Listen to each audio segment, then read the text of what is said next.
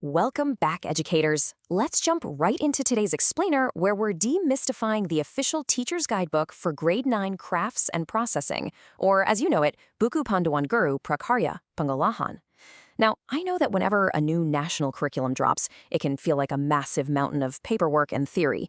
But today, we're going to unpack this document together and see how it's actually designed to empower you and your students.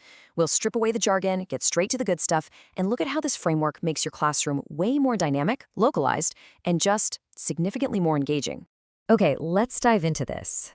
It's really easy to look at a new curriculum as just another administrative burden, right? But the Curriculum Merdeka, the emancipated curriculum, was specifically designed as a flexible tool for recovery. The text explicitly points out that it was created to tackle the systemic learning losses we all saw from the COVID-19 pandemic. So it asks a really profound question. How do we build resilient character through everyday classroom crafts? It's a total shift in mindset. We aren't just teaching ninth graders how to cook a fish anymore. We're using the processing of that fish to teach them how to think, how to collaborate, and ultimately, how to survive in the real world. Here's our quick roadmap for this explainer. First up, the educational vision. 2, the Panchasila student. 3, our focus on processing. 4, the guidebook structure. And finally, number 5, the practical application. All right, starting with section 1, the educational vision of the Curriculum Merdeka. Understanding this macro philosophy is absolutely key to making sense of your daily lesson plans. The educational landscape in Indonesia is changing, and this curriculum puts the student right at the center of it all. If we compare the traditional approach to the Curriculum Merdeka, the guidebook highlights a massive simplification. Think about how it used to be. We dealt with highly rigid structures focused almost entirely on cognitive outcomes, like memorization and test scores. Well, the emancipated curriculum completely flips this. It's highly flexible, it's deeply focused on developing soft skills and emotional intelligence.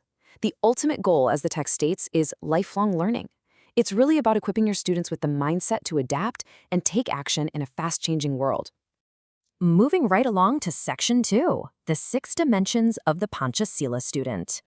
So, if we're focusing on character rather than just grades, what kind of student are we actually trying to build? The ministry has outlined 6 specific traits that serve as our ultimate learning outcomes. They are faith, piety to God Almighty and noble character, global diversity, mutual cooperation, or gatong erdong, independence, critical reasoning, and creativity. Every single activity you plan in your classroom should be a vehicle to develop these 6 dimensions.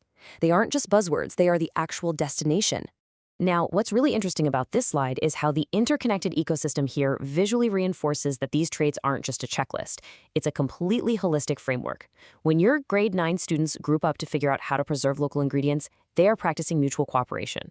When a recipe completely fails and they have to troubleshoot it, they're exercising critical reasoning. The craft subject naturally builds these interconnected profiles without it ever feeling like a forced character-building lecture. It's totally seamless. Let's look at section 3. Our focus on crafts, specifically Prakarya Pengolahan. The guidebook defines Prakarya Pengolahan as developing creation, feeling, and initiative in making processed food and non-food products. But here is the real secret ingredient. It absolutely must be based on the potential and kearifan lokal, the local wisdom, of the surrounding area. So you aren't just teaching generic recipes from a book. You are teaching students to look at the agriculture, the coastal waters, or the specific ecosystem of their very own hometown and figure out how to add actual value to those local resources. Now for section 4, the structure of the teacher's guidebook. Let's make navigating this text easy. If you have the physical guidebook in your hands, you know it is a dense 200-plus page document. Let's get practical about how to use it. The book is cleanly divided into 2 halves. The first part is the general guide, or Panduan Umum. This is where you go for the pedagogical theory, the background, and those overarching learning outcomes we discussed. But the second half? That's the special guide, or Panduan Khusus. Think of this as your daily survival kit. This is exactly where you'll find the step-by-step unit maps, the exact time allocations, the daily classroom activities, and the grading rubrics. So if you're prepping for tomorrow's class, the special guide is exactly where you want to be. So the crucial point is understanding the absolute baseline expectation for your students. We're looking at the Kecapean Pembelajaran, or learning outcomes for Phase D, which includes grade 9. By the end of this phase, your students must be able to make, modify, and present processed food products. They literally need to go from a raw material all the way to a finished, packaged, presentable good. It is hands-on, it's practical, and it's highly outcome-oriented. Finally, Section 5, the practical application of animal food processing. Let's zoom directly into Unit 1 to see how all this theory applies in a real classroom setting. And this brilliantly illustrates the whole flow. We've got the cover for Unit 1, processing of animal food, meat and fish, alongside the concept map provided in the book. This map is vital, guys. It gives both you and your students a clear mental model for the unit. It shows the whole journey, from identifying types of fish and meat to understanding the processing techniques right through to presentation and packaging. It beautifully structures the exploration so your students don't get lost in the weeds. Of course, logistics matter. To achieve the learning objectives of Unit 1, the guide allots 12 lesson hours. To put that into perspective, this is meant to be structured as 6 meetings, with each meeting lasting 2 lesson hours, which works out to exactly 80 minutes per session. This structured pacing is there to ensure you have enough time for the theory, the practical cooking, and the evaluation. Now, when it comes to the actual pedagogy, the book makes a massive shift towards student-centered exploration. It highly recommends using a discovery learning model.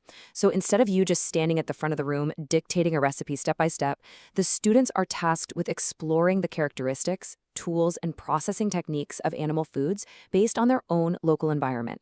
They literally become investigators of their local cuisine and its economic potential. Let's move to and see how this builds into a daily lesson flow. The guide suggests a clear 3-step structure. First, teacher preparation, getting your materials, rubrics, and workspace ready to go. Second, the core activities.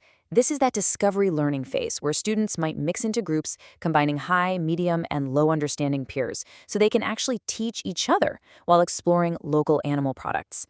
And third, the closing and reflection, which the guide emphasizes is absolutely crucial for students to internalize what they've just learned. But hey, what if you don't have a fully equipped school kitchen? Don't worry, the guidebook specifically provides for Kegiatan Pembelajar alternative learning activities. It gives you the freedom to adapt. For example, if you're in a coastal area, your students can go out and observe local marine fish processing, taking videos or making posters instead of cooking in class. The curriculum is designed to bend to your reality, not break under it. This quote from the introduction of the text really sums it up beautifully. The emancipated curriculum directs learning toward the development of abilities to become lifelong learners. You see, you aren't just grading a plate of fried fish. You are validating their ability to plan, collaborate, execute, and reflect. You are shaping adaptable, resilient future citizens who know how to utilize their environment responsibly. So, I want to leave you with this final thought to ponder. The theory is set, the structure is provided, but the real magic? That happens with you. How will you take this flexible framework and creatively apply it to unlock the unique potential of your own region's local wisdom? The tools are right there in your hands.